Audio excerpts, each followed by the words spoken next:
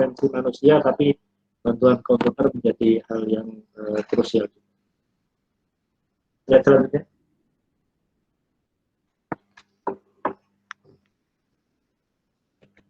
Jadi apa itu CAE atau Computer Aided Engineering? Jadi Computer Aided Engineering adalah penggunaan komputer secara menyeluruh. Ini slide ini sebenarnya ada di kuliah saya. Jadi kalau yang di teknik industri, kalau mengambil kuliah saya ya ini sebetulnya sedikit promosi. Jadi Computer Aided Engineering adalah penggunaan komputer secara menyeluruh untuk membantu proses dan pekerjaan rekayasa atau pekerjaan engineering.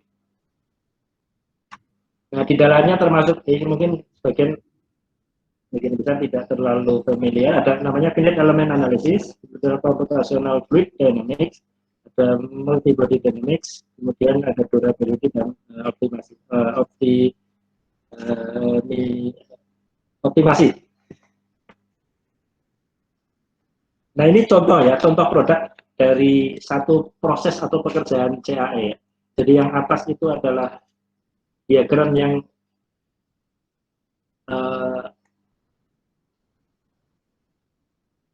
terlihat oleh engineer yang bekerja dengan CAE. Yang kiri itu jembatan.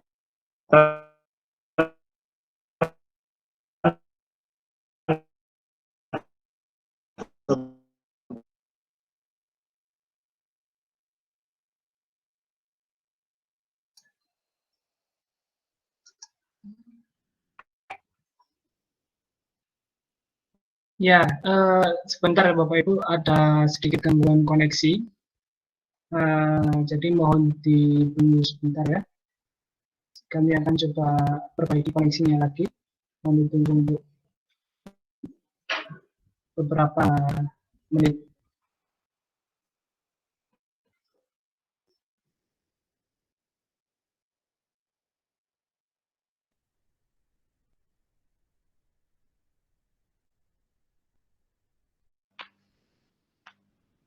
Oke, ya. Tadi slide-nya sampai mana tadi ya? Ke slide ketiga kalau tidak salah.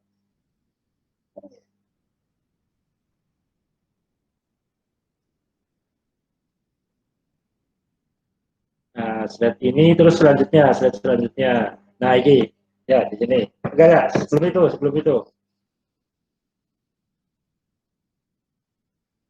Nah, ini.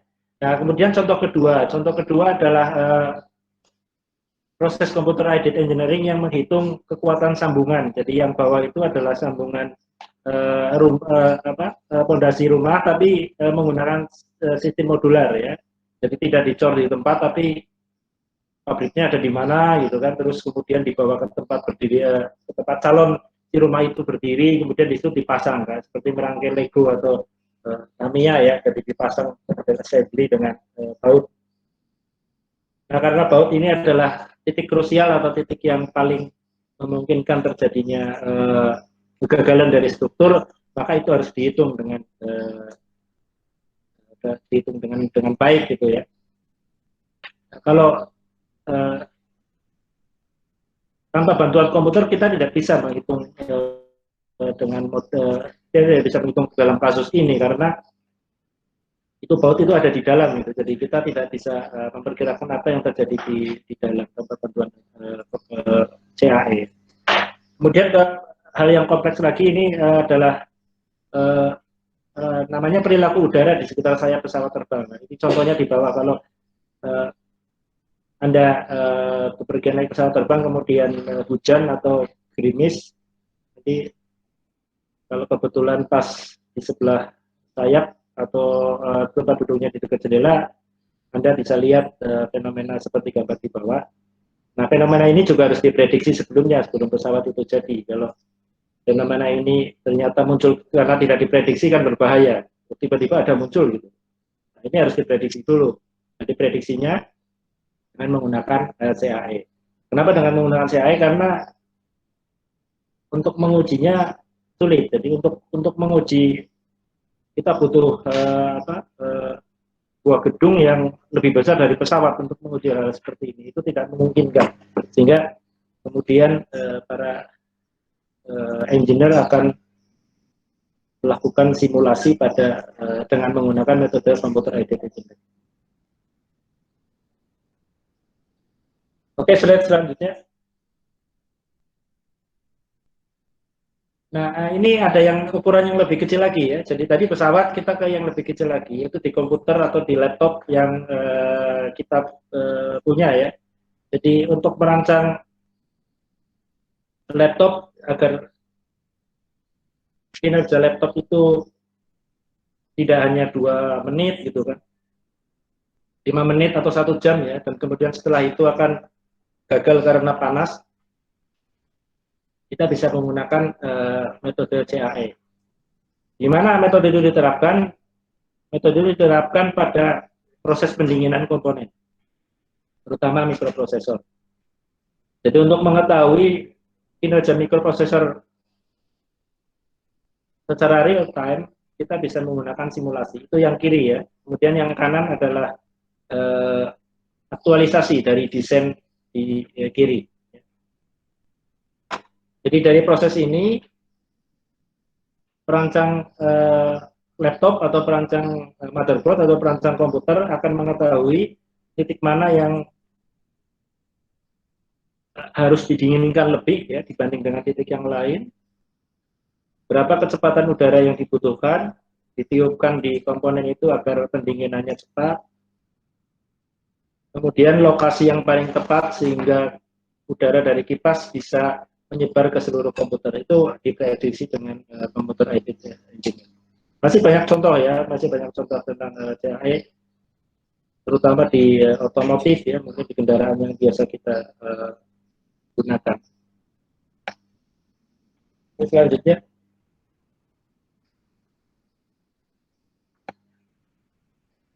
nah dalam engineering design ya, di teknik industri salah satu aspek kecil gitu ya di teknik industri adalah engineering design.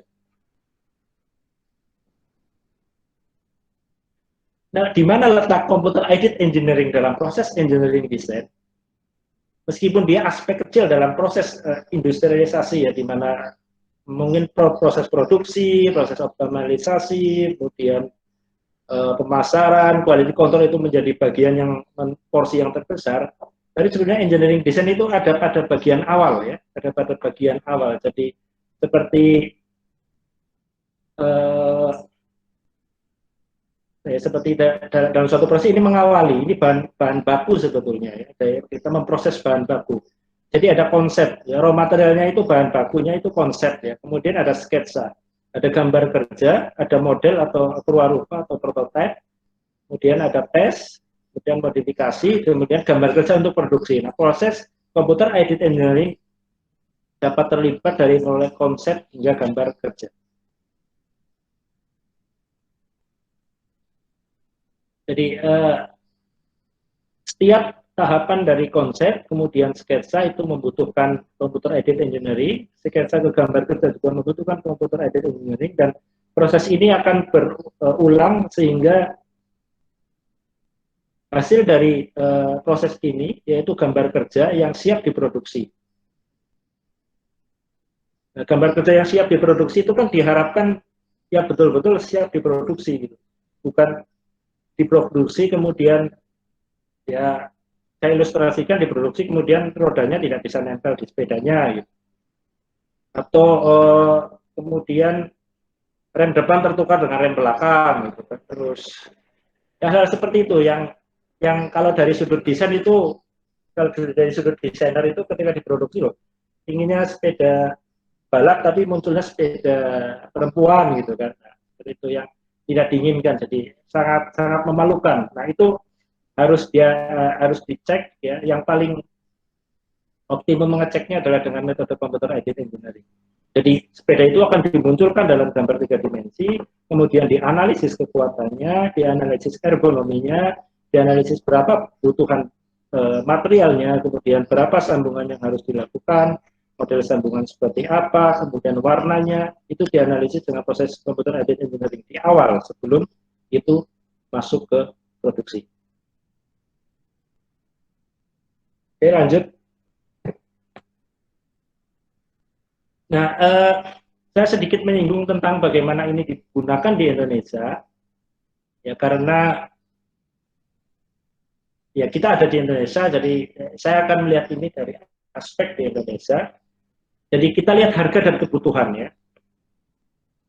CAE sudah memberikan reputasi kuat dalam hal verifikasi pemecahan masalah alat bantu analisis dalam segala aspek rekayasa teknik. Tapi yang jadi masalah adalah cost ya. Jadi harga pengiriman termasuk pelatihan singkat itu antara 5.000 sampai 20.000 US dollar. Ya, jadi kalau ini tentu saja bukan harga yang ideal gitu ya untuk secara individu ya ingin bekerja dengan CAE atau bahkan secara institusi ya. Misalkan di universitas pun ya, universitas besar juga kalau ini 1 tahun ya, ini 1 tahun harus menggunakan lisensi ini 1 tahun multi user, jadi harus menggunakan lisensi 5.000 sampai 20.000 per tahun, itu harga yang cukup besar. Nah, harga ini sebetulnya tidak harga ini menjadi sangat besar karena dalam kasus penerapan dan penggunaan di Indonesia tidak semua fitur dan kapabilitas atau modul dapat digunakan. Karena apa? Karena tadi sudah saya sampaikan di depan bahwa computer aided engineering dapat digunakan untuk menganalisis sambungan kecil ya dalam struktur modular tadi untuk pembangunan rumah, tapi juga bisa digunakan untuk menganalisis pesawat ya. Jadi kalau kita ingin membeli satu software CAE, maka yang kita beli ya modul yang bisa digunakan untuk menganalisis kipas di komputer sampai modul yang bisa digunakan untuk menganalisis pesawat. Nah, permasalahan keteknikan yang di Indonesia yang ada di Indonesia itu dalam penilaian saya terlalu sederhana. Ya, terlalu sederhana dibanding kapabilitasnya.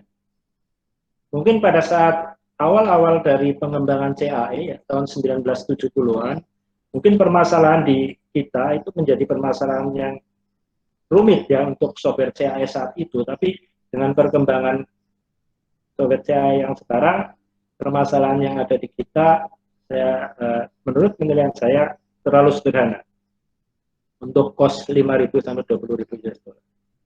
Kemudian tidak adanya pengguna dengan kemampuan teknis memadai. Nah, ini kemampuan teknis memadai ini biasanya didapat dari pelatihan. Dan pelatihan itu akan menghasilkan satu teknisi, tapi masalahnya kalau teknisi itu tidak sering melatih kemampuannya, maka kemampuannya menjadi tidak memadai karena tingkat kesulitan dari permasalahan meningkat, sementara tingkat kesulitan permasalahan di luar Indonesia meningkat, tapi apa yang kita punya adalah teknisi yang tidak jarang menggunakan dari software tersebut. Kemudian bayangkan kalau sebuah universitas membeli yang paling murah saja ya, 5.000 US dollar itu. Itu 5.000 US dollar adalah suatu software yang sudah user friendly. Artinya user friendly adalah user itu tidak tahu apa yang terjadi di software itu secara umum. Jadi software sudah bagi user, software itu software CAE menjadi black box ya. Jadi apa yang masuk itu yang keluar, di dalamnya tidak tahu. Nah, ini tidak ideal sebagai sarana pembelajaran ya untuk mengajarkan bagaimana sih kerja dari suatu sistem atau metode computer aided engineering. Jadi dalam pandangan saya hampir mustahil untuk mengajarkan computer aided engineering ya bagi mahasiswa dengan menggunakan software yang sudah established ya sekitar 5.000 US dollar. Kecuali kalau apa yang kita ajarkan adalah studi kasus, ya, maka kita bisa anggap software itu sebagai tools atau alat bantu untuk memecahkan studi kasus. Tapi kita sendiri tidak bisa memberikan satu pengetahuan atau tidak bisa mempelajari apa sih sebetulnya apa yang ada di dalam dari sebuah software yang berbasis dalam komputer aided engineering. Kemudian yang ketiga, ini belum saya artikan pakai bahasa Inggris, tapi tahu ya, ini Bapak Ibu dosen pasti tahu. Jadi versi baru dari computer aided engineering ya selalu membutuhkan improvement dari hardware. selalu tambahan cost. Kenapa seperti itu? Karena dalam 10 tahun terakhir, computer aided engineering tidak terlalu berkembang secepat dengan perkembangan dari komputer grafis. Jadi core atau inti dari computer aided engineering sendiri tidak berubah, tapi grafisnya berubah. Ini membutuhkan improvement dari hardware. Ada graphic card, gitu kan, itu meningkat, dan grafik card juga harus didukung oleh memori, harus didukung oleh motherboard, prosesor ya. Nah, ini membutuhkan additional cost. Jadi software mungkin tidak berubah gitu. Oh, maaf. Jadi software itu akan mengupgrade setiap tahun. Nah, hardware juga mau tidak mau mungkin 2-3 tahun sekali harus diupgrade. Ini additional cost. Nah, total cost ini kemudian hanya digunakan untuk memecahkan permasalahan sederhana, misalkan menggambar apa yang paling sederhana, ya, menggambar roda sepeda itu. Jadi kita membeli 50.000 US dollar hanya untuk menggambar roda sepeda. Ya, jadi ini kasus-kasus di Indonesia, ya. Artinya kompleksitas dalam menerapkan computer aided engineering. Ya, meskipun metode ini sudah memberikan reputasi kuat ya di tempat lain ya, tapi di dalam kasus Indonesia kompleksitasnya seperti itu. Oke, lanjut. Nah, ini adalah komponen utama dari satu metode computer aided engineering. Yang tadi kalau saya katakan bahwa kalau dalam bentuk software ya tidak tahu itu. Mas, kita tidak tahu kalau yang tidak terbiasa bekerja dengan computer aided engineering. Yang pertama adalah pre-processing. Ini pre-processing mungkin hal yang paling banyak dikenal ya, tapi tidak menyadari bahwa itu adalah suatu komponen yang disebut sebagai pre-processing, yaitu geometri. Jadi yang paling familiar kan AutoCAD ya. AutoCAD itu pre-processing dalam konsep atau metode computer aided engineering. Jadi datanya hanya data geometri, dimensi, ya. Kemudian kalau terlihat seperti 3 dimensi ya seperti ini solid ya, ada kelihatan pintu sebelah mana, itu kan jendela sebelah mana. Nah, kalau dalam kaitannya dengan computer aided engineering ada tambahan lagi yaitu kondisi batas, kemudian ada material itu. Nah, ini secara detail diajarkan di kuliah CAE sebetulnya. Kalau yang tertarik ya bisa. Kalau teknik industri semester depan, mudah-mudahan sudah tidak menggunakan virtual lagi gitu. Kemudian setelah kita mendapatkan geometri, mendapatkan material, mendapatkan kondisi batas, mendapatkan proses dari fisiknya, maka semua data itu akan dikombinasikan, diselesaikan, kemudian dihitung hasilnya dengan menggunakan solver. Nah, kalau di solver ini sudah tidak terlihat apapun ya, hanya angka itu. Karena ya memang solver itu mentransformasikan data geometri yang kita lihat secara visual dengan grafik user interface menjadi angka numerik. Kondisi batas juga berupa angka numerik. Semuanya adalah angka-angka numerik dan itu akan diselesaikan di solver untuk menghasilkan apa yang diinginkan. Lanjut. Nah, kemudian yang dari solver itu angka-angka numerik itu dikirim kembali ke grafik user interface untuk melakukan apa yang disebut sebagai post processing. Jadi post processing itu adalah bagaimana geometri yang tadi kita gambar ketika dia mengalami perubahan temperatur, ketika dia mengalami pembebanan, ketika dia mengalami proses-proses fisika, di sini terlihat sebagai perubahan atau perbedaan warna. Seperti contoh di kiri itu adalah perbedaan warna akibat satu beban. kemudian yang tengah itu mix ya antara perubahan warna karena temperatur dan karena beban. Kemudian yang kanan itu adalah bagaimana satu proses ya aliran bisa digambarkan secara visual. Proses aliran ini tidak digambar seperti artinya kita menggambar garis-garis di sini sebagai hanya garis-garis, tapi ini adalah proses dari solver tadi ya.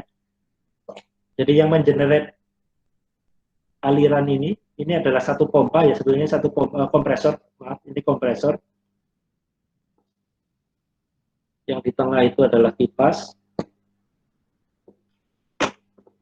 Nah, ada panah-panah kecil itu adalah aliran. Aliran-aliran ini, informasi aliran ini adalah informasi yang berasal dari solver, ya. Bukan digambar oleh user gitu ya, bukan digambar oleh pengguna. Ya. Jadi mungkin bisa saya sampaikan, misalkan kita melihat satu film, kemudian di situ ada benturan, kemudian di situ ada terbakar, kemudian di situ ada pergerakan. Nah itu pergerakan-pergerakan itu disetting sedemikian rupa secara grafis, tapi secara engineering di situ tidak ada angka-angka numerik. Jadi apa yang ada di film itu adalah manipulasi grafis. Nah kalau di CAE itu tidak boleh ada manipulasi grafis seperti itu, ya. Jadi kalau di CAE manipulasi grafis ya berarti itu tidak benar gitu. Ya.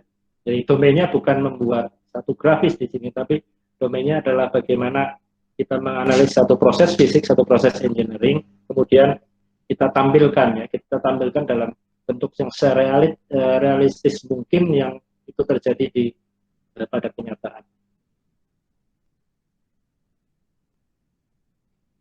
Oke, lanjut.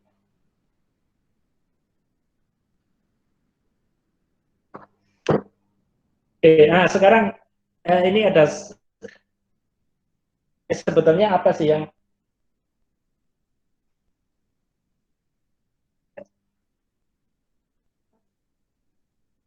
ini adalah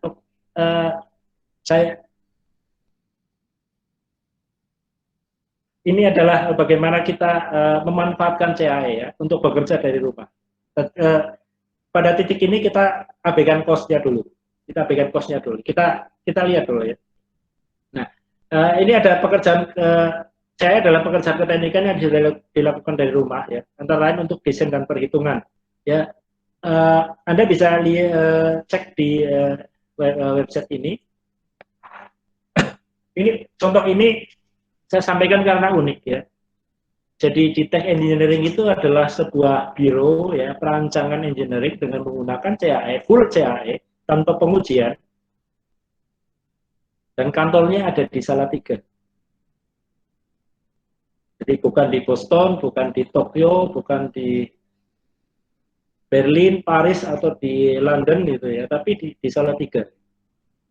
Tapi kalau Anda lihat ya, kalau kita lihat produk-produknya itu produk-produk yang ya kalau saya bilang ya yang selama ini kita nikmati gitu di mobil, di pesawat. Gitu.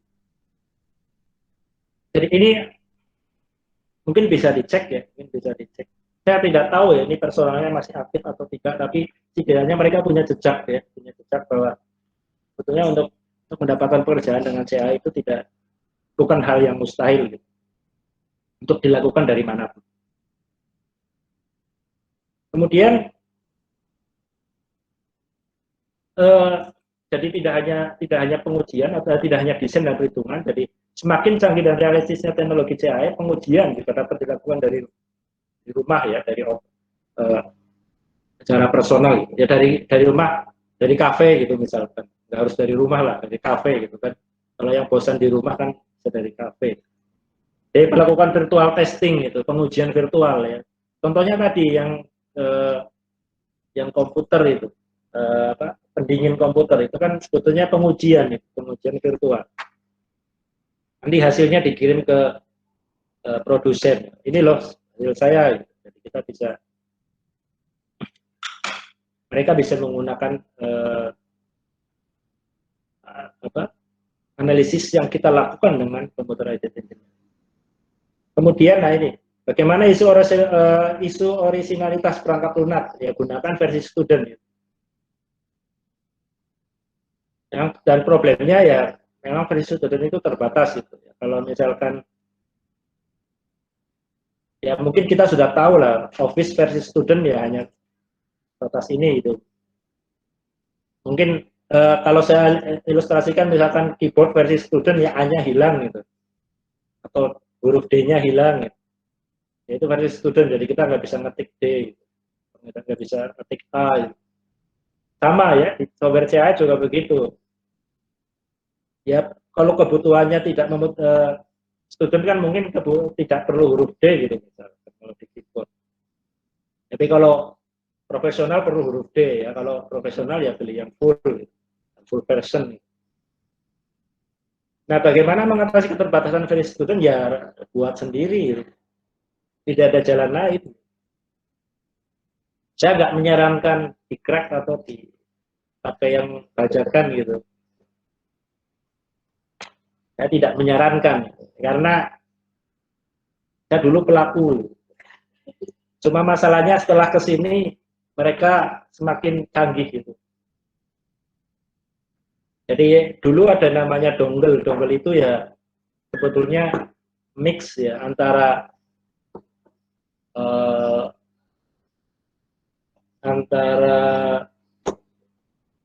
kode ya, antara kode angka dan hardware. Jadi kode angka itu bisa mengakses software, tapi kalau tidak ada dongle-nya ya, dongle itu kayak saklar ya. Jadi kalau dongle-nya tidak ada di situ ya tidak bisa mengakses. Nah sekarang problemnya adalah dongle-nya itu di perusahaan software-nya gitu. Jadi kalau kita bisa mengcrack pun software itu akan mengakses ke perusahaan pembuat software-nya. Ya ini informasi akurat gitu. Jadi sebetulnya apapun yang kita pakai sekarang dan itu adalah sesuatu yang tidak original, karena setiap software itu ada capnya ya. Jadi mereka mengeluarkan 1000 itu. Tiba-tiba yang muncul dalam database mereka itu 1002 gitu. Wah ini 2 dari mana ini? Oh ternyata dari Purwokerto itu. Oh ada 2 orang dari Purwokerto ini. Saya keluar rilis 1000 buah produk gitu. Tapi kok ya kedeteksi 1002 ini 2 dari mana? Kalau untuk mereka itu terjangkau dalam hal arti penegakan hukum itu akan dilakukan. Tapi kalau untuk mereka ini ngapain 2 orang ini juga biarin aja lah gitu kan. Karena kalau mau menuntut pun makan biaya ya. Karena kan pembuatnya di Amerika atau di Belanda, sementara yang di Purwokerto ya sudah di Purwokerto. Daripada bolak-balik mending ya udah biarin aja. Amal ibadah lah. Tapi permasalahannya kalau misalkan yang ini 1000 kok tiba-tiba ada 1200 gitu. Oh, 200 naik. Oh, ini mahasiswa, saya nggak sebut universitasnya lah. Ini serius, betul-betul serius ini. Kalau sudah 200 ya terus mereka berhitung ini nuntut 200 misalkan yang bisa bayar dendanya itu 50 gitu kan. Nanti dihitung gitu dengan effort effort penuntutan itu effort secara hukumnya. Kalau balik modal ya akan dituntut gitu. Jadi sebetulnya kalau kita menggunakan non original itu hanya menunggu waktu, ketika itu akan menjadi sangat penting buat mereka, maka ya saatnya tiba gitu. Saatnya tiba bahwa kita akan berhadapan dengan produsen. Ya keren sih sebetulnya gitu, dengan produsen kan datang ke rumah kita gitu. Itu dari sisi itunya.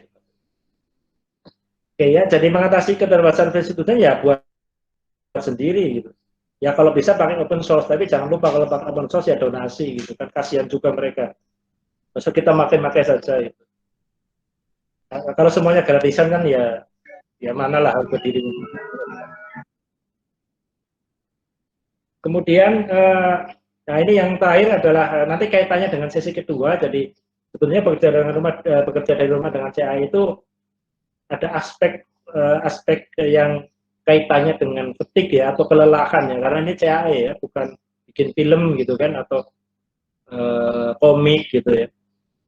Sambil tidur berbaring itu bisa, kalau ini ya kalau sambil berbaring ya malah tidur sekalian gitu. Jadi tidak sekedar mempunyai komputer, tapi bagaimana ruang kerja yang tepat untuk menjalankan bisnis berbasis CAE sehingga produktif dari rumah. Ini akan dibahas pada sesi kedua. Mungkin bisa dilihat di tech engineering ya. Jadi bagaimana dua orang ini sedemikian, saya salut ya, saya salut. Jadi ini adalah contoh bagaimana sebetulnya bisa mengerti pekerjaan engineering. Ya lanjut.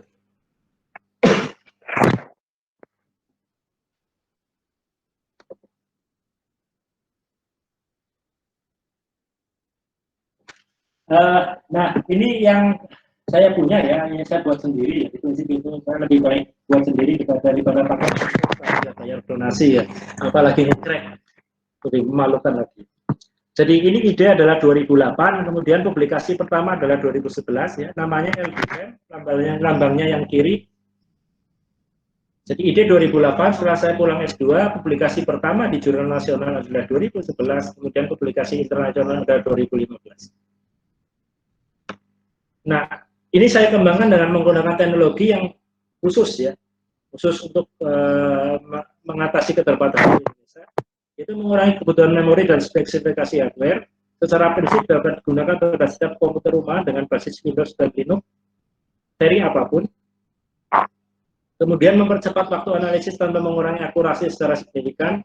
Kemudian menjadi sarana pendukung proses belajar mengajar ya, karena saya kata buka jurnal industri proses belajar mengajar ya, ini juga harus saya pakai yang berkaitan dengan engineering design.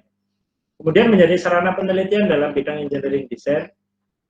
Ini Tridharma. Yang ketiga, yang terakhir menjadi alat bantu masyarakat yang membutuhkan perangkat lunak dengan kebutuhan komputer minimal ya. UKM kan nggak mungkin dikasih, nggak mungkin punya komputer 25 jutaan gitu kan. Kebutuhannya minimal gitu kalau bisa.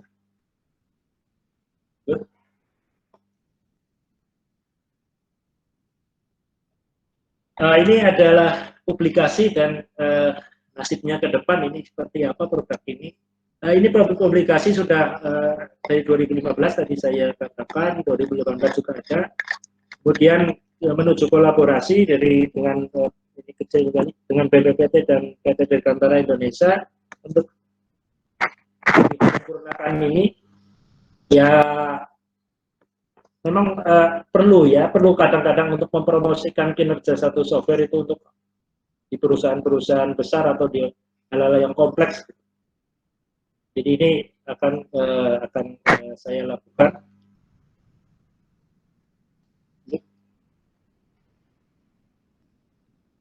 Ini ilustrasi bagaimana kinerja dari tadi LDVM.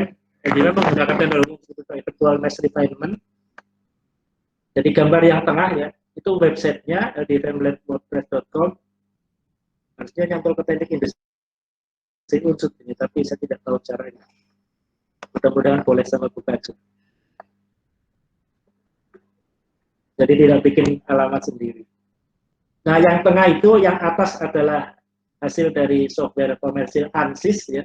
Kalau versi student gratis, tapi dia terbatas kapasitasnya. Yang bawah itu software punya saya ya. Nah, itu untuk menganalisis kekuatan pada daerah lubang ya. Kalau di sepeda ya, di tren sepeda saya kasih sepeda, lagi tren mobil saya kasih mobil.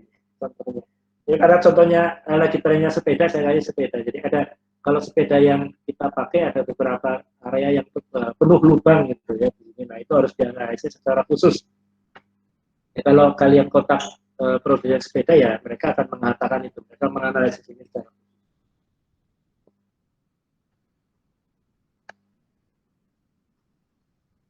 Nah, ini yang kaitannya dengan sesi kedua, saya tampilkan ini contohnya. Ini. Jadi, itu adalah Office ya, kursinya bagus sekali. Itu ada laptop, ini Office. Ini ya. Nah, Office itu ada kursi, yang kursi itu menggunakan busa ya, untuk kenyamanan. Nah, busa itu kalau kita lihat secara mikroskopis akan nampak strukturnya di kanan ya. panah merah itu. Nah, yang struktur seperti itu sekarang bisa direplikasi dengan menggunakan 3D printing yang atasnya itu, elemen robot. Nah, 3D printing itu kemudian bisa kita uji ya. Jadi yang kanan dari tangan robot adalah 3D printing yang kita uji. Yang diharapkan perilakunya lebih baik daripada busa yang biasa kita gunakan. Nah, software ini, LGFEM ini bisa menganalisis proses atau bisa mendesain atau bisa memperkirakan properti bisa memperkirakan sifat karakteristik dari hasil 3D printing itu. Itu yang kanan ya. Ada di websitenya. Itu cerita gambar ini seperti ini. Jadi bekerja dari rumah pun harus nyaman, dan kenyamanan ini juga bisa dianalisis dengan computer engineering.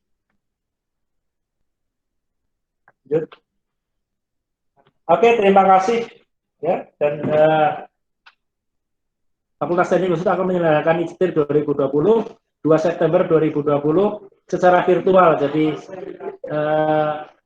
silakan bagi yang ingin berkontribusi atau bisa mencari di Google websitenya sebagai peserta atau submit artikel. Terima kasih.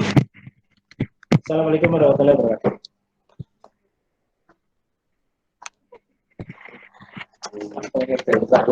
Ya, terima kasih banyak kepada Bapak Sugeng atas pemaparan materinya dengan topik CAE gitu ya. Jadi nanti akan kita buka sesi pertanyaan setelah pemateri kedua memberikan pemaparannya yang mengenai topik yang akan dibawakannya. Ya.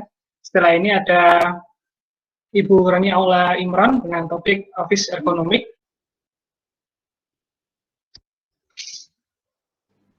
Oke, terima kasih kepada Pak Katon atas perkenalannya. Pak Sugeng juga terima kasih atas pemaparannya dan introduksinya, Pak. Oke, saya ucapkan selamat datang dulu kepada dosen internal teknik industri maupun dari UNSUD dan dari luar UNSUD, selamat datang. Kemudian terima kasih telah hadir para mahasiswa baik dari internal industri maupun dari luar industri. Baik, izinkan saya share slide saya.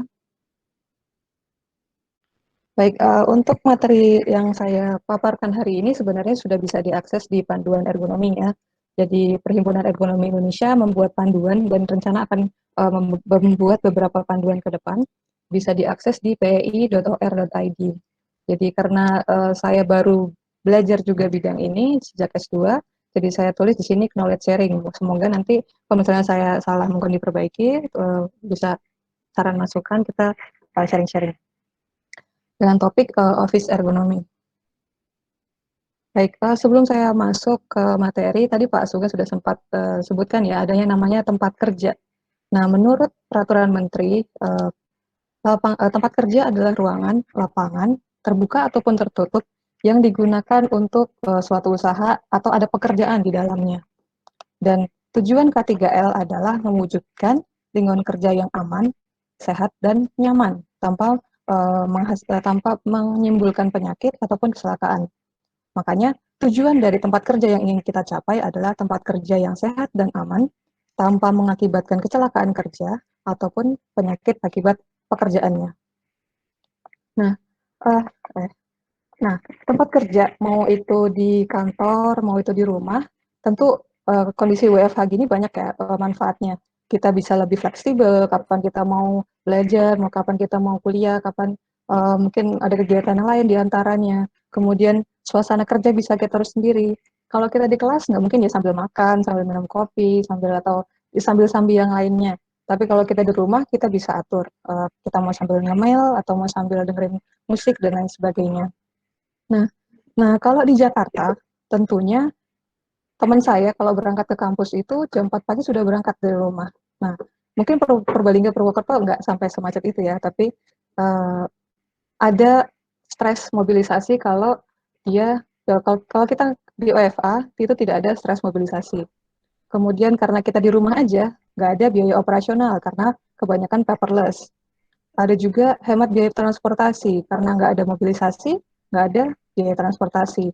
Kemudian masa pandemi seperti ini, muncul rasa aman kalau kita di rumah aja, karena kita bisa jaga keamanan, jaga kesehatan kita sendiri. Tapi karena dia kerja lebih fleksibel, jam kerja jadi tidak teratur. Kita juga yang biasanya kalau mau ngobrol, mau diskusi, itu langsung ketemu orangnya. Kalau kita online seperti ini, komunikasi kurang lancar, tidak ada interaksi sosial yang biasanya nongkrong di kafe jadi nggak bisa. Kemudian meningkatnya biaya listrik dan internet ini jelas sekali. Yang tiap hari harus dicas HP-nya, laptopnya, tab-nya, atau masih banyak lainnya. Kemudian kuota internet yang meningkat karena harus online. Kemudian tidak semua orang punya pohon dulu baru dapat sinyal. Ada yang laptopnya suara hilang. Oh, sudah. Oke. Sudah. Oke, siap. Oke, jadi teknis di laptop juga kalau misalnya ada juga yang punyanya handphone jadi dipakai bareng-bareng. Kemudian tadi juga ya distraksi keluarga. Ada yang pernah cerita lagi presentasi tugas disuruh ngangkat jemuran. Nah, itu kan luar biasa. Kemudian yang biasanya kalau kita ngerjain tugas bareng-bareng, terus tugasnya harus mandiri, sendiri-sendiri ngerjainnya, tentu bisa menurunkan motivasi. Kemudian karena semua jadi serba online, ada kecenderungan peningkatan stres kerja, baik mahasiswa yang banyak tugasnya ataupun dosen yang mengubah cara mengajarnya. Kemudian yang terakhir yang saya highlight adalah posisi kerja yang kurang baik. Kadang kita ngerjain tugas sambil tiduran atau kerja sambil duduk selonjoran dan lain sebagainya. Ini kadang bisa menimbulkan keluhan. Nah, secara ketiga, ada bahaya di semua tempat kerja itu pasti. Makanya tempat kerja dibagi menjadi beberapa kategori. Yang pertama adalah bahaya ergonomi, itu disebabkan postur kerja yang kurang baik, pekerjaan yang monoton, kemudian bahaya mekanis, misalnya ada barang tajam, atau misalnya kayak kipas angin berputar.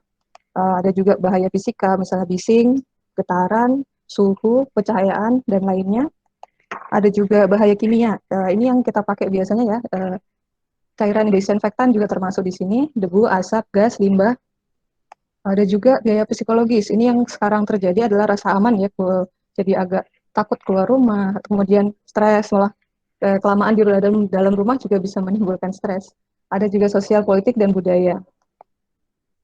Kemudian ada bahaya biologi, itu pandemi yang kita hadapi saat ini, virus. Yang lainnya itu bisa mikrobiologi, bakteri, hewan, dan tumbuhan. Kemudian bahaya lingkungan selain dari semua faktor yang telah disebutkan, bisa karena cuaca, bisa karena bencana.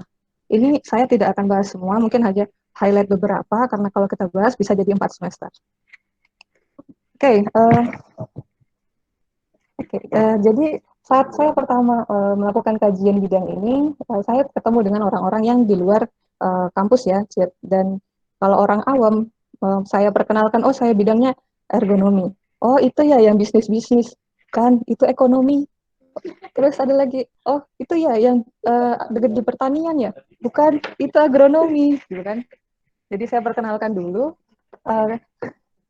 ergonomi adalah ilmu yang mengkaji interaksi antara manusia dengan komponen lingkungan kerjanya, peralatan, alat kerja, dan suhu untuk menciptakan tempat kerja yang optimal, yang tetap sehat dan aman. Nah, kita bisa lihat di sini ya, kalau kita bekerja dalam posisi duduk menggunakan komputer, posisi normal, posisi netral tubuh saat duduk seperti ini. Jadi ini ya, kaki menapak, terus punggung lurus, tidak harus ditegakkan, tapi tegak normal. Kalau sayangnya, karena dia ada laptop, ada meja, ada kursi, dia mau nggak mau harus ngetik, jadinya seperti ini. Nah, kakinya harus naik karena kursinya ketinggian, mejanya kerendahan, kemudian laptopnya kekecilan mungkin, jadi harus menunduk. Nah, inilah yang disebut keluhan musculoskeletal disorder atau keluhan otot. Kalau tempat kerja yang menggunakan komputer yang memang sering bermasalah adalah 3 ini. Kursi yang tidak nyaman, tidak ergonomis, posisi kerja yang salah, kemudian duduknya yang terlalu lama jadi sedentary. Nah, ini juga terjadi di orang-orang yang menggunakan komputer, menggunakan handphone. Kalau posisi normal harusnya leher itu kondisi lurus dan tidak ada sudut, jadi pandangan lurus ke depan. Tapi karena kita mau nggak mau tangannya di bawah ya, jadi sebagai pegang HP dan menunduk mau nggak mau, leher kita menahan beban sampai 5 kali kalau kita sudah sampai 45 derajat. Kenapa bisa begitu? Silahkan belajar mekanika teknik. Nah, ergonomi fungsinya adalah meningkatkan kenyamanan, meningkatkan produktivitas, menghindari beban yang berlebih, dan resiko cedera dan penyakit akibat kerja.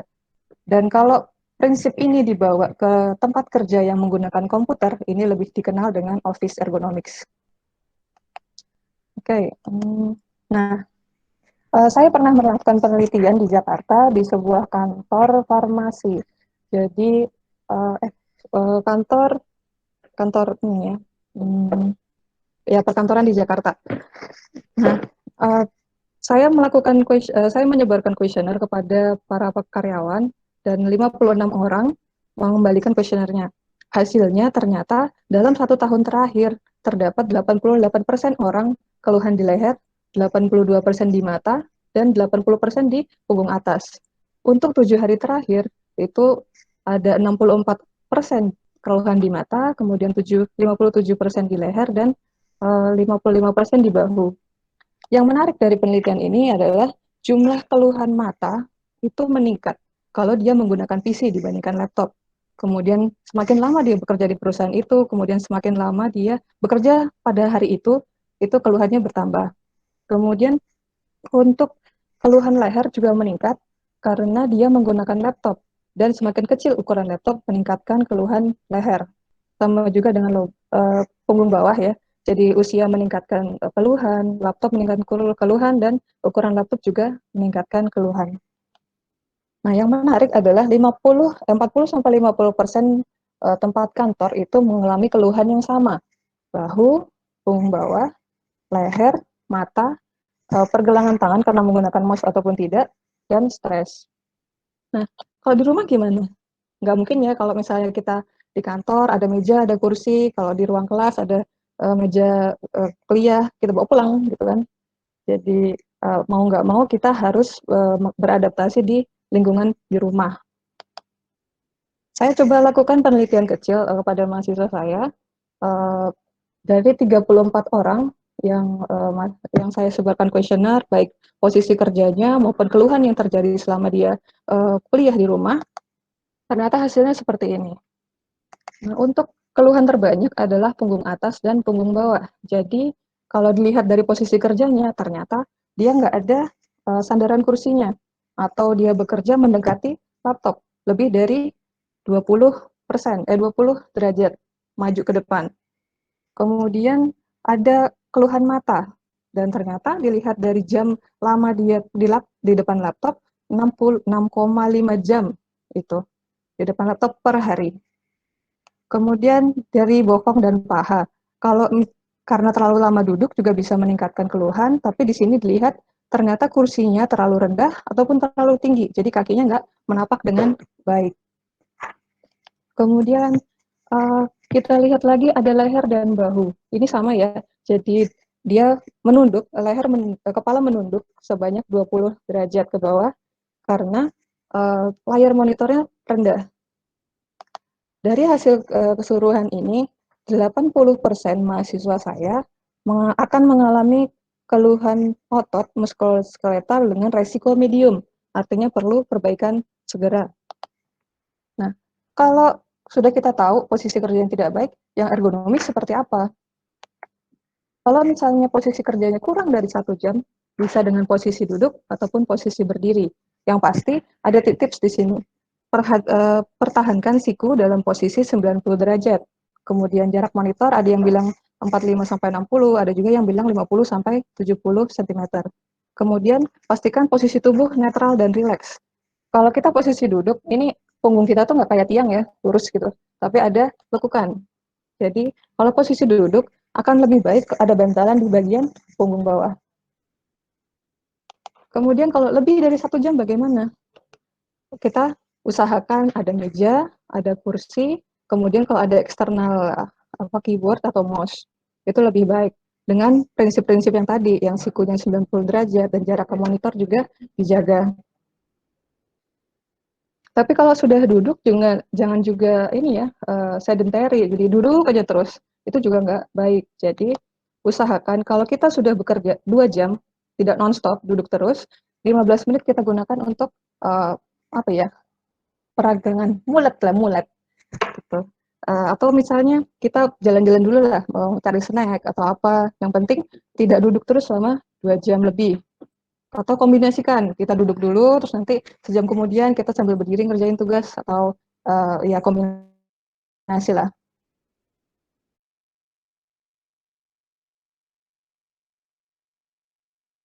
Masih? Sudah oke? Wah, banyak teknisnya ya, maaf Pak ya teman-teman. Oke, pencahayaan tadi ya, jangan sampai kena silau mata langsung ataupun pantulan dari monitor. Jangan juga lampunya di belakang kita, tapi malah yang kita kerjakan tidak kelihatan sama sekali. Ketutupan bayangan ini juga tidak baik. Yang kedua, manfaatkan sebaik mungkin cahaya matahari.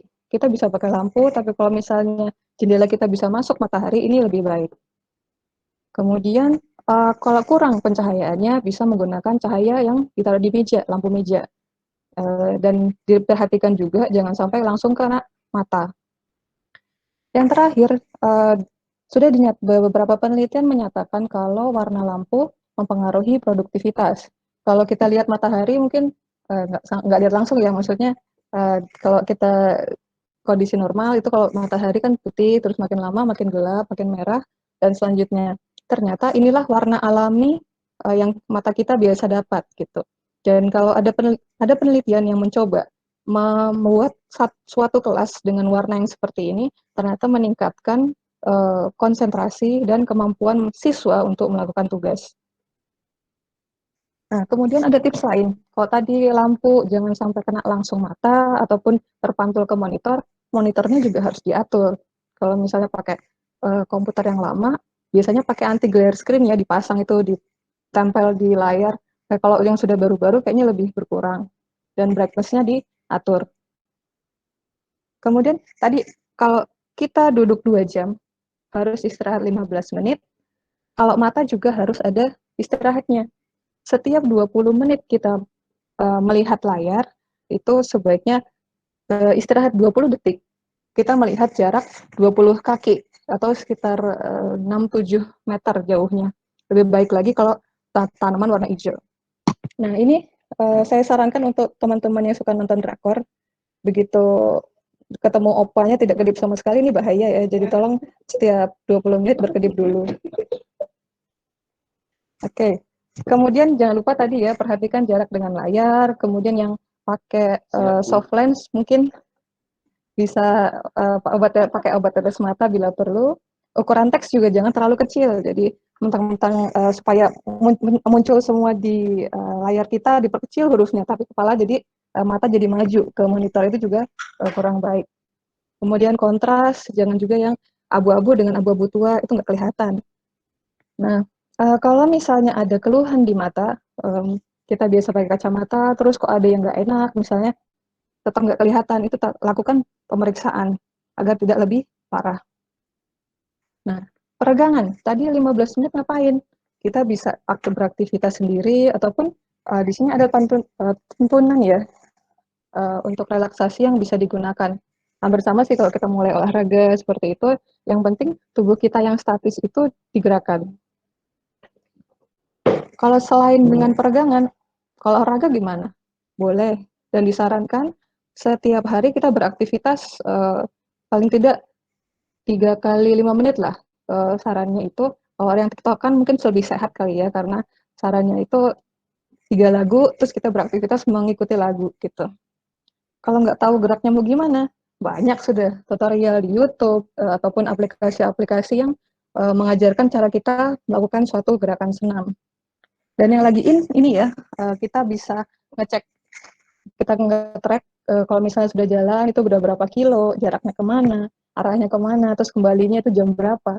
Ini terus diposting di Facebook atau dimanapun. Nah ini lagi in. Dan ternyata dengan menggunakan aplikasi ini orang jadi terpacu. Misalnya hari ini saya sudah 5 langkah dari 6.000. Besok saya masa 5 langkah lagi, besok harus lebih. Gitu. Jadi ini bisa meningkatkan keinginan untuk beraktivitas. Nah, ini sama juga dengan yang mata. Kalau misalnya ada keluhan di tubuh, jangan dianggap sepele. Kalau misalnya rasanya sakit, mungkin bisa konsultasikan dengan dokter. Nah, faktor lain lagi, kita tadi sudah atur pencahayaan, sudah atur postur kerjanya. Nah, ada faktor lain yang mempengaruhi kerja, yaitu temperatur. Dan dari hasil penelitian, kalau kita bekerja lebih dari 27 derajat Celcius, bahkan 30 derajat Celcius, itu jumlah kesalahan kita per jam meningkat tajam. Makanya, aturlah suhu lingkungan pada suhu 22 sampai 25. Ini untuk bekerja di kantor ya. Kalau saya masih kedinginan, saya biasanya 24 sampai 26. Kemudian, kalau kita olahraga tadi, tubuh kita akan panas ya. Nah, saran dari teman di PJKR, kalau bisa pendinginan itu jangan dihilangkan. Jadi, pendinginan adalah salah satu tahap penting dari olahraga itu sendiri. Kemudian gunakan pakaian yang membuat kita nyaman. Usahakan nyaman, suhu AC agar nyaman, suhunya diatur, kecepatannya juga. Sama juga kalau pakai kipas, arah fan-nya dengan kecepatan fan-nya jangan juga maksimal semua diarahkan ke muka, malah masuk angin mungkin. Nah, yang terakhir, kalau misalnya nggak ada kipas dan AC, bisa juga jendela. Yang penting, sirkulasi udara di dalam ruangan itu baik. Bahkan yang menggunakan AC pun disarankan untuk membuka jendela 1 menit aja per jam. Yang penting ada sirkulasi yang lebih baik. Faktor yang lain lagi adalah kebisingan. Sudah banyak penelitian yang menyatakan kalau kita bekerja dalam ketenangan itu konsentrasinya lebih baik. Kemudian kalau misalnya kita tempat kerja kita dekat dengan jalan dan rame, prinsipnya bioskop bisa kita pakai ya. Jadi kita memasang karpet ataupun menggunakan korden untuk area yang rame. Kalau misalnya nggak bisa diatur, berarti kita bisa menggunakan headphone. Tapi ini headphone tanpa musik ya, jadi benar-benar hanya membuat suara itu hilang. Kalau misalnya yang lain, bisa juga pasang musik untuk meningkatkan produktivitas karena dinyatakan bahwa musik yang berbeat itu bisa meningkatkan produktivitas.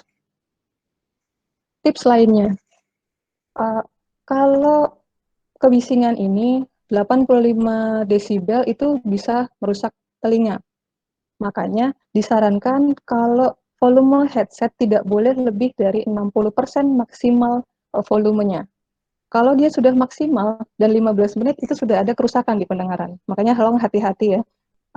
Kadang juga kan kalau kita lagi ribut, areanya lagi ribut, kemudian kita pasang headset terus dimaksimalkan. Nah, ini bukannya malah meningkatkan konsentrasi, tapi malah double kill ke kupingnya. Gitu. Usahakan menggunakan headset atau earphone maksimal 1 jam, terus istirahat dulu, baru nanti kita pakai lagi. Nah, bahaya biologi yang kita hadapi saat ini adalah virus. Walaupun sudah ini ya, kita rasakan sendiri, pola kerja itu berubah, yang dari jam 8 sampai jam 4 kita kerja, terus sekarang jadi kapanpun kita bisa kerja, dimanapun, kemudian bisa sharing informasi lebih baik, penggunaan teknologi lebih diutamakan, belajar dari dan ke siapa itu udah nggak ada batasan, siapapun bisa belajar dan ingin mengajar.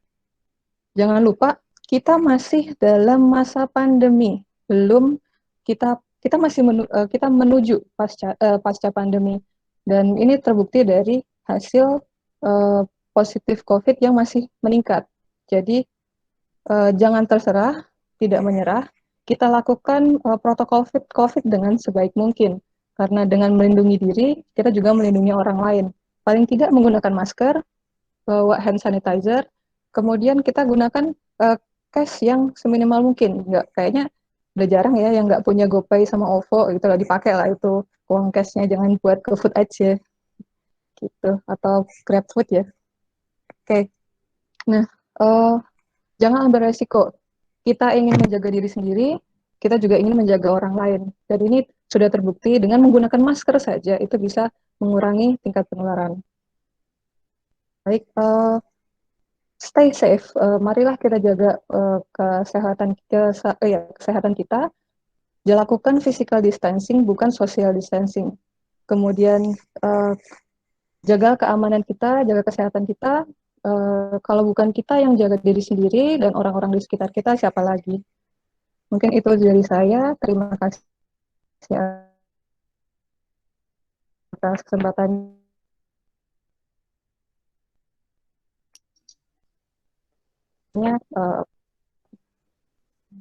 Saya kembalikan ke moderator. Ya, terima kasih banyak Bu Rani atas pemaparan materinya dengan topik office ekonomik seperti itu. Jadi sangat memberikan wawasan ya. Saya juga kadang kalau di rumah itu posisi ya kemarin-kemarin kan kita sempat work from home gitu ya, posisi saat mengajar, membuat materi dan aktivitas di rumah itu seenak kita gitu. Padahal sana belum tentu itu baik gitu ya dari segi ekonomis gitu ya. Oke, kali ini kita akan membuka sesi tanya jawab. Kita buka dulu pertanyaan ya. Bila nanti waktu mencukupi, kita akan buka lagi. Silakan. Boleh tanya secara langsung ataupun menuliskannya di kolom chat.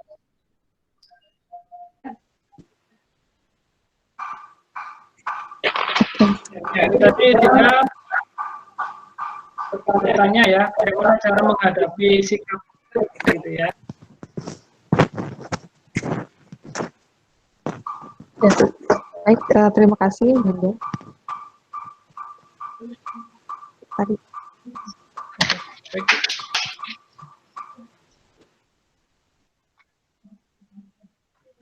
Oke, aneh ya, kebiasaan mager. Saya juga masih ada kesulitan untuk menghilangkan sepenuhnya. Jadi kalau saya pribadi, kadang itu kan kalau kita udah fokus banget ya, mau itu kita di kasur ataupun lagi duduk di kursi aja, kita udah dengerin musik, terus sambil ngetik, ngapain gitu. Kadang juga saya, oh ternyata saya sudah 3 jam ini, udah pakai headset, udah duduk terus selama 3 jam. Tapi setelah itu, saya bangkit dari kursi, saya coba lakukan apa yang sebaiknya dilakukan. Nah, agak sulit memang ya mengubah kebiasaan itu. Tapi kalau kita sadar kalau kita dengan menjaga kesehatan kita itu baik untuk diri kita sendiri, itu juga akan lebih baik. Jadi kalau saya pakai trik. Kalau teman saya biasanya dia pasang alarm ya sejam sekali. Itu untuk menghindari supaya dia nggak duduk terus. Kalau saya biasanya handphone saya jauhkan dari tempat saya duduk gitu. Jadi kalau misalnya ada WhatsApp, ada kontak ke HP, saya harus berdiri dari kursi terus menjangkau handphone saya gitu. Dan saya tidak pasang WA di laptop supaya nggak PW. Makanya kalau saya sih seperti itu. Mungkin ada yang lain mungkin bisa sharing-sharing lah gimana caranya menjaga kedisiplinan untuk menjaga diri sendiri. Mungkin itu. Sudah menjawab belum ya?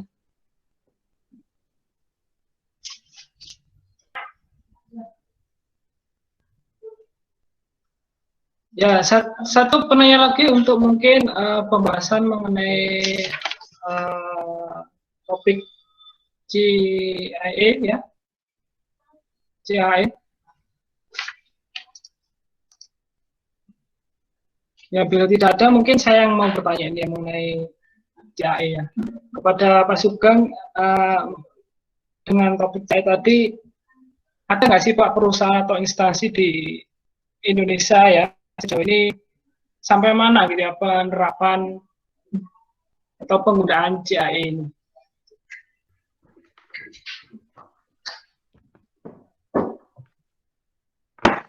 Oke, terima kasih atas pertanyaan. Ini ya CIA memang yang baru sebetulnya kalau dari sisi mahasiswa. Tapi kalau di perusahaan Astra, Pertamina, kemudian hampir seluruh BUMN yang kaitannya dengan teknologi itu menggunakan itu. Kemudian kalau universitas biasanya ya universitas yang berbasis teknologi seperti ITB dan ITS itu juga mereka punya license yang memang digunakan untuk mengerjakan proyek-proyek di perusahaan. Tapi kalau dari sisi penelitian atau dari sisi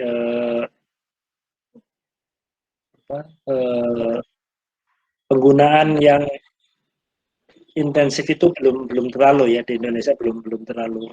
Ya di samping harganya mahal juga memang secara basic pengetahuan itu harus ya, artinya orang yang bisa memahami geometri dengan baik, tapi juga bisa memahami fenomena fisik dengan baik ya. Biasanya yang nyaman dengan pekerjaan dengan menggunakan CAE yang seperti itu. Oke, Pak Sugeng.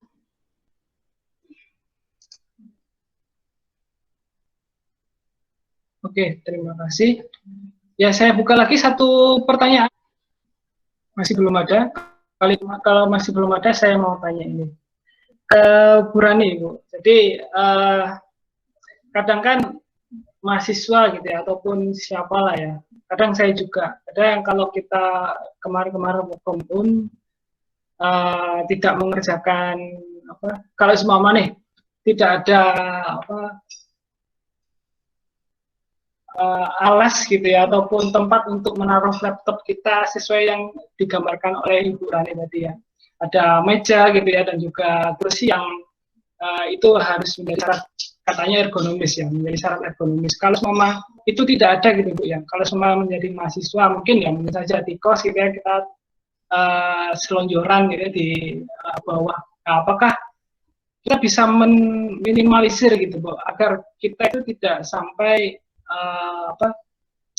capek-capek banget gitu ya dengan kondisi yang selonjoran seperti itu. Apakah memang harus ada kursi dan juga tempat yang di-set gitu? Bagaimana Bu Rani? Oke, baik.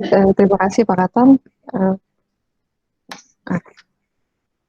Gimana ya, kalau kita di rumah, nggak mungkin, oh ya saya harus duduknya ergonomis, saya bekerja dengan ergonomis langsung beli kursi. Nggak juga, lebih baik kita fokus kepada menjaga kesehatan, misalnya makanan yang bergizi dan lain sebagainya kalau kondisi seperti ini. Nah, dengan keterbatasan itulah kita maksimalkan aktivitas kita. Kalau tadi kan ada saran ya, kalau kita bekerja 1 jam, kurang dari 1 jam, kita bisa duduk dulu, kemudian nanti kita bangkit, ganti lagi posisi, misalnya dalam kondisi berdiri, ataupun selonjoran, dan lain sebagainya. Jadi ada dinamis, posisi kerja yang dinamis. Nah, apa lagi tadi?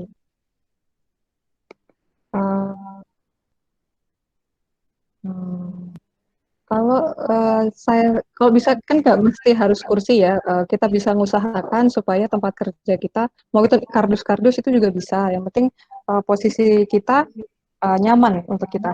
Tubuh kita itu punya mekanisme yang baik, jadi kalau kita ngerasa pegel, jangan dibiarin pegel, ya berarti pegel itu udah ada keluhan, kita posisinya tidak nyaman gitu. Mungkin itu dari saya. Pak Katon sudah menjawab ya? Memberikan pandangan dan juga informasi ya Bu. Selanjutnya, apakah ada yang mau bertanya lagi? Silakan. Oke, ini ada Ahmad Syafikri Prabowo ya, mau bertanya. Kalau tadi akan dijelaskan bahwa kalau kerja lebih dari 1 jam diperlukan duduk. Nah, ini case-nya kalau pekerjaannya itu di mesin yang dimana tidak ada kursi dan bekerja lebih dari 1 jam lebih, dan langkah apa yang harus dilakukan? Apakah diperlukan redesain tempat kerja tersebut? Mungkin Bu Rani ataupun Pak Sugeng mau menanggapi, kami persilakan. Baik, terima kasih atas pertanyaannya. Jadi gini ya, kalau saya harus tahu dulu kondisi tempat kerjanya, mesinnya setinggi apa, kemudian memang perlu duduk atau tidak, pekerjaannya monoton apa tidak, ini semua faktor harus dipertimbangkan dulu. Kalau misalnya kita hanya melihat ada mesin, kemudian kita bekerja lebih dari 1 jam, kita bisa gunakan kursi yang setengah duduk, jadi tidak menghabiskan tempat, tapi kita bisa dinamis, berdiri, duduk, kemudian setengah duduk gitu. Ada beberapa penelitian yang seperti itu. Mungkin ini harus lebih detail ya, seperti apa.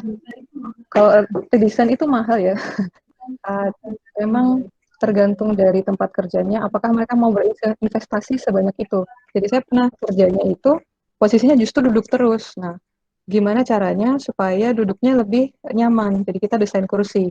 Tapi memang karena kita sampai prototipe, karena perusahaan tidak apa benar-benar mau mengimplementasi itu.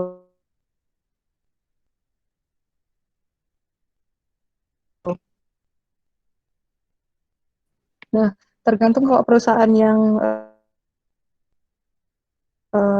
Mas apa Pak ini ya, tubuh pekerjaannya dihitung dan lain sebagainya. Kemudian bisa terdesain, misalnya mesinnya bisa digeser atau tidak gitu kan. Ini mungkin pertimbangannya bisa lebih banyak. Mungkin itu menjawab tidak ya?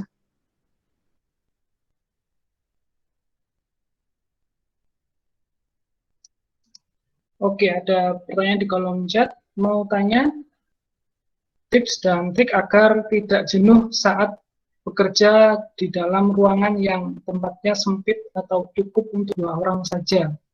Misal driver gitu ya, supir. Gitu. Ini dari Ujin Adil Nugroho. Mungkin ada yang mau menanggapi? Bu Ani ataupun Bapak Sugeng, kami silakan. Ya benar juga ya, ini kondisi ruangan yang sempit gitu ya, berdua mungkin ya, supir truk gitu ya mungkin. Mungkin ada yang mau menanggapi Bapak Ibu? Silakan. Ya, ini menarik ya, jadi tempat kerja yang hanya untuk cukup untuk 2 orang, mungkin malah sopir malah sendirian ya kalau di tempat kerjanya. Nah, akan berbeda pertimbangannya kalau dia bekerja di kantor, posisi duduk, dengan dia bekerja di bawa mobil ya, sehari-hari. Ada yang teman saya penelitian itu sopir travel antar kota, dan dia bekerja misalnya 8 jam sehari dan hanya menyetir saja. Nah, yang dibutuhkan itu berbeda, meskipun misalnya kita sambil mengetik ya, mengetik terus duduk, ini kita bisa berhenti kapan aja. Tapi kalau misalnya naik mobil, nggak mungkin kita setiap 2 jam berhenti terus keluar. Nah, ini memang kalau menurut sopir itu membuang waktu. Tapi kalau sopir itu kalau tidak salah setiap 4 jam harus berhenti dan istirahat. Kalau sepengetahuan saya, nanti mungkin dicek kembali di penelitiannya. Jadi beban kognitif atau beban konsentrasi dari sopir itu jauh lebih besar daripada kita bekerja di kantor. Mungkin bisa apa ya, perlu dipertimbangkan lagi. Apalagi kalau misalnya dia menyetir dalam kondisi malam, gitu kan, kondisi hujan, dan masih banyak beban-beban lainnya selama dia menyetir di luar dari itu. Apalagi kalau misalnya dia menggunakan mobil yang tidak aman, kemudian jalurnya naik turun. Nah, ini semua harus dipertimbangkan. Kita nggak bisa menyatakan, oh harus kalau dia sopir 2 jam harus berhenti, itu nggak juga. Jadi kita lihat dulu permasalahannya, kita lihat dulu konteksnya, baru kita carikan solusi yang terbaik. Gitu. Mungkin itu menjawab belum ya? Saya rasa cukup ya untuk sesi tanya jawab pada webinar kali ini, dan saya izin untuk memberikan closing result ya. Jadi pembahasan yang pertama adalah CAE adalah penggunaan komputer secara menyeluruh untuk membantu proses dan pekerjaan rekayasa engineering seperti itu. Ada 3 komponen utama CAE, yaitu pre-processing, lalu solver, lalu post processing, dan juga penggunaan CAE sangat powerful seperti ya dalam proses desain suatu produk engineering. Lalu office engineering ya, engineering office, ada beberapa bahaya ya di tempat kerja maupun belajar di sekitar kita. Salah satunya adalah bahaya ergonomi ya, selain bahaya-bahaya yang lain. di dalam bahaya ergonomi ini. Untuk menanggulanginya, yang pertama kita bisa